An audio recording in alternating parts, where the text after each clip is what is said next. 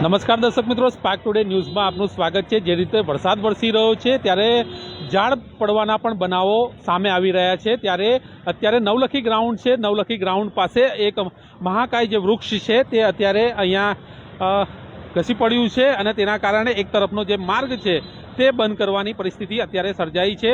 વડોદરા શહેરના જે નવલખી ગ્રાઉન્ડ પાસે જ આ એક મોટું એક વૃક્ષ છે તે એકાએક નમી પડતા અત્યારે આજે એક તરફનો વાહન વ્યવહાર છે તે બંધ કરવામાં આવ્યો છે।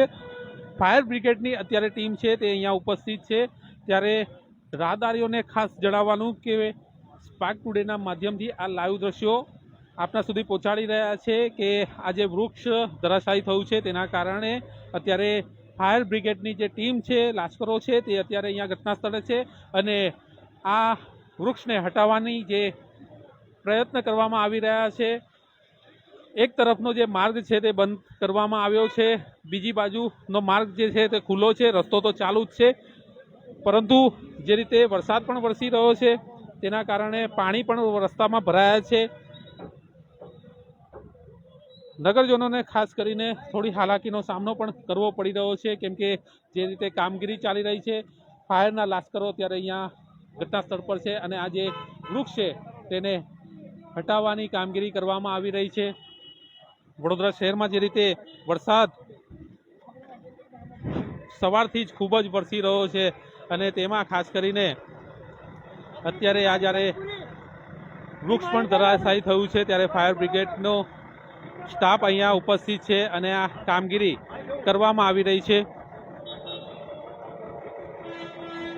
નવલખી મેદાન છે અને તેમની સામેનો જે આ ભાગ છે કલા ભવન મેદાન પાસેનો, ત્યાં આ મોટું વૃક્ષ ધરાશાયી થયું હતું।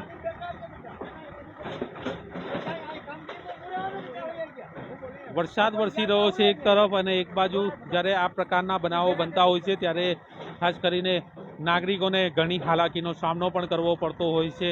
ત્યારે વડોદરા મહાનગરપાલિકાની જે વૃક્ષ ટીમિંગની જે કામગીરી છે તે પણ ક્યાંક ને ક્યાંક સવાલ ઊભા કરતી હોય છે, કેમ કે આ કામગીરી ચોમાસા પહેલાં જ થઈ જવી જોઈએ। જે મોટા વૃક્ષો હોય છે તેને ટ્રીમિંગ કરવાનું જે કામગીરી છે વડોદરા મહાનગરપાલિકા દ્વારા કરવામાં આવતી હોય છે, પરંતુ જે રીતે વૃક્ષ પડવાના બનાવો બને છે, અગાઉ પણ કારેલીબાગમાં વૃક્ષ પડવાનો જે બનાવો બન્યો હતો અને તેમાં જ કાર્યવાહી વડોદરા મહાનગરપાલિકા દ્વારા કરવામાં આવી હતી। ત્યારબાદ હવે જ્યારે આ વૃક્ષ વરસાદ વરસી રહ્યો છે ત્યારે પાર્ક્સ એન્ડ ગાર્ડનના મંગેશ જયસ્વાલ પણ છે, તેમની સાથે વાત કરવાનો પ્રયત્ન કરશું। સાહેબ, શું કહેવા માંગશો? અત્યારે આ વૃક્ષ પડ્યું છે, કઈ રીતની કામગીરી ચાલી રહી છે? હાલ નવલખી વાળા જે રોડ ઉપર વડનું ઝાડ પડ્યું છે અને પાર્શિયલ બ્લોક બીજી સાઈડનો રોડ પણ થયો તો એ ક્લિયર કરવામાં આવે છે અને બાકીનો એક સાઈડ પણ અત્યારે હાલ 10-15 મિનિટમાં કામગીરી થઈ જશે અને બીજે પણ 4-5 જગ્યાએ જ્યાં પણ કોલ હતા એ પણ મોસ્ટલી એ બધી જગ્યાએ પણ રોડ બ્લોક ક્લિયર કરવામાં આવ્યા છે। ચોક્કસ અત્યારે કાર્યવાહી કરવામાં આવી રહી છે। વડોદરા મહાનગરપાલિકાની ટીમ છે, ફાયર વિભાગની ટીમ છે અને આ કાર્યવાહી કરવામાં આવી રહી છે અને જલ્દીથી આ રસ્તો ખુલ્લો કરી નાગરિકોને અગવડ ના પડે તે માટેના પ્રયાસો કરવામાં આવી રહ્યા છે। ખાસ કરીને વરસાદની સિઝન હોય ત્યારે વૃક્ષ પડવાના જે બનાવો બનતા હોય છે અને તેમાં પણ જ્યારે મુખ્ય માર્ગ હોય ત્યારે આ પ્રકારના વૃક્ષ પડવાના કારણે નાગરિકોને ખાસ કરીને ભારે હાલાકીનો સામનો કરવો પડી રહ્યો હોય છે। ત્યારે આ જે અકોટા દાંડિયા બજાર બ્રિજ તરફથી જે રાજમહેલ રોડ છે, પેલેસ તરફનો જે રોડ છે અને ત્યાં નવલખી ગ્રાઉન્ડ પાસે જે કલા ભવન મેદાન આવેલું છે ત્યાં આ વૃક્ષ પડ્યું હતું। ત્યારે એક તરફનો માર્ગ ખુલ્લો કરી અને આ જે વૃક્ષ પડ્યું છે તે માર્ગ પણ જલ્દીથી જલ્દી કેવી રીતે ખુલ્લું કરાય તે માટે વડોદરા મહાનગરપાલિકાની ટીમ સાથે સાથે વડોદરા ફાયર વિભાગ પણ અત્યારે જોડાયું છે અને આ કાર્યવાહી કરવામાં આવી રહી છે।